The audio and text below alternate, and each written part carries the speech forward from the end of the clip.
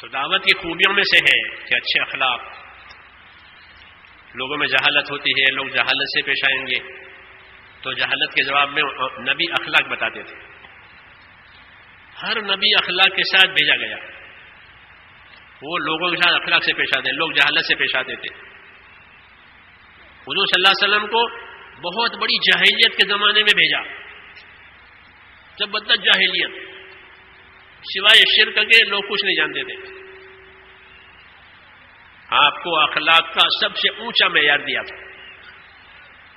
وَإِنَّكَ لَعَلَىٰ خُلُقٍ عَظِيمٍ، کہ آپ تو اخلاق کے بہت اونچے معیار پر ہیں.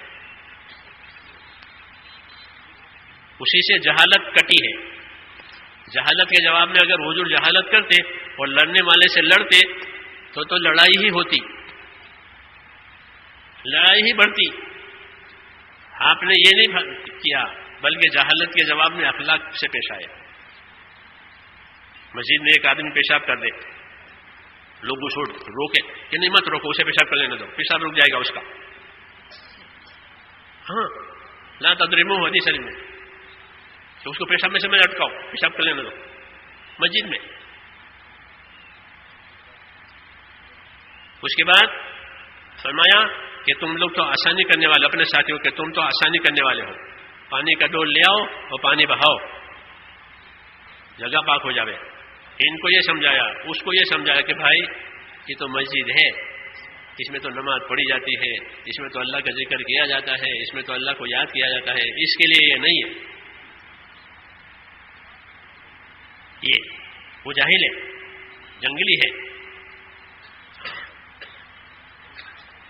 تو حسن اخلاق دعوت کے محاسن میں سے ہے، دعوت کی خوبیوں میں سے ہے.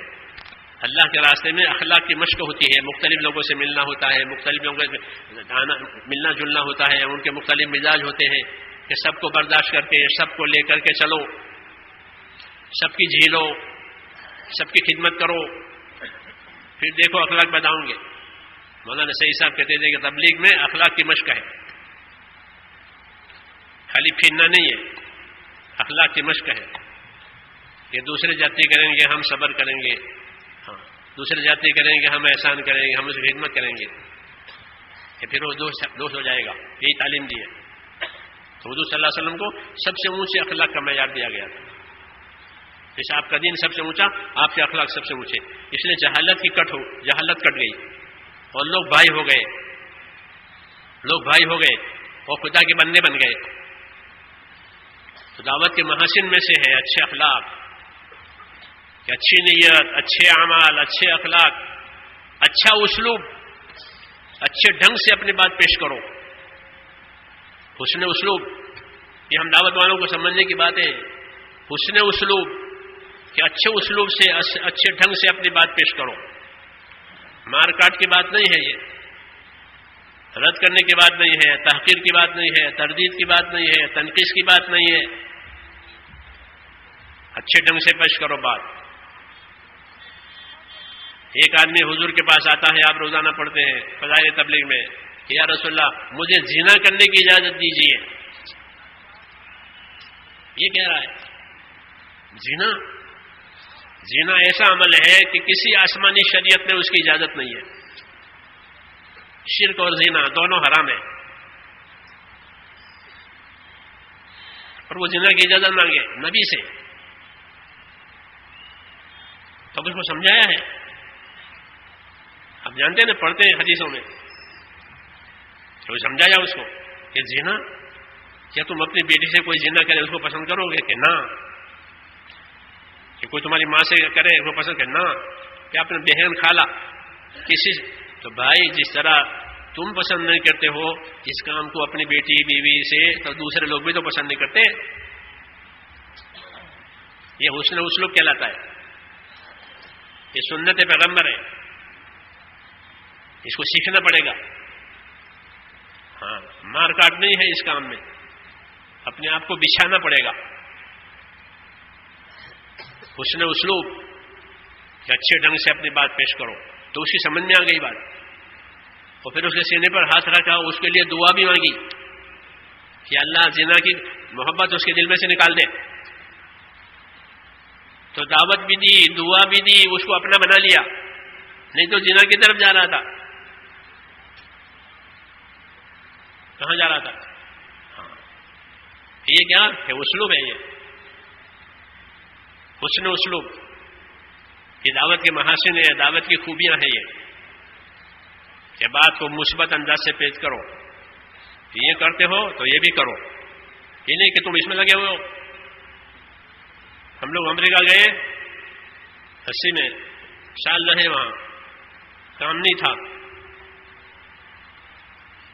تو ہم ان سے بات کرتے تھے. تو ایک دن وہاں کے ساتھی کہنے لگے کہ آپ نے یہاں کوئی دنیا کی برائی تو بیان نہیں کی کہ دنیا مچھر کے برابر ہے، یہ ہے وہ ہے. میں نے کہا ہم نہیں کرتے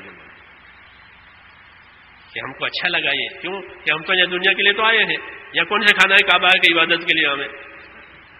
یہ تو امریکہ ہے، تو ہم تو اپنی دنیا کے لیے آئے ہیں. کوئی یہاں کر کے دنیا کی برائی کرے تو ہمیں ایسا نہیں لگتا. یعنی یہ بات ان کو ہضم نہیں ہوتی. ہم ان سے کہتے تھے کہ دیکھو تم اپنے بچوں کو تعلیم دیتے ہو، ڈگریاں ان کو دلاتے ہو، تو جس طرح ان کو ڈگریاں دیتے ہو ان کو ایمان بھی سکھاؤ، تاکہ تمہارے بچے ایماندار بھی رہیں، سچے بھی رہیں، تمہارے تابع دار بھی رہیں. جہاں ڈگری لیں یہ بھی کرو، یہ بھی کرو، جوڑ ملا کے بعد.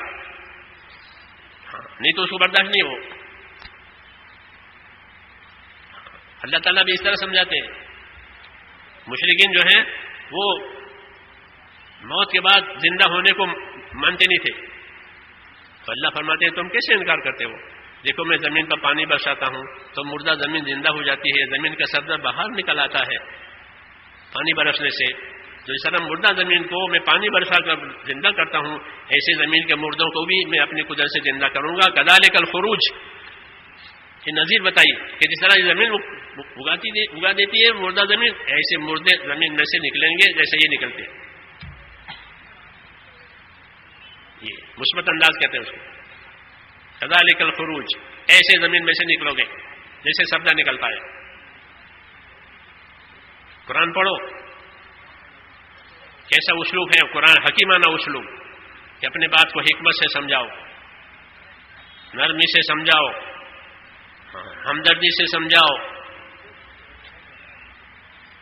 محاسن دعوت مولانا سید خان صاحب ہم کو سمجھاتے تھے رحمت اللہ علیہ.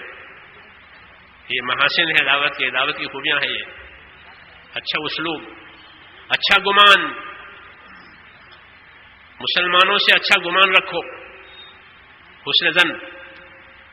ہاں تمام مسلمانوں سے عموماً اور اپنے ساتھیوں سے خصوصاً اچھا گمان رکھو.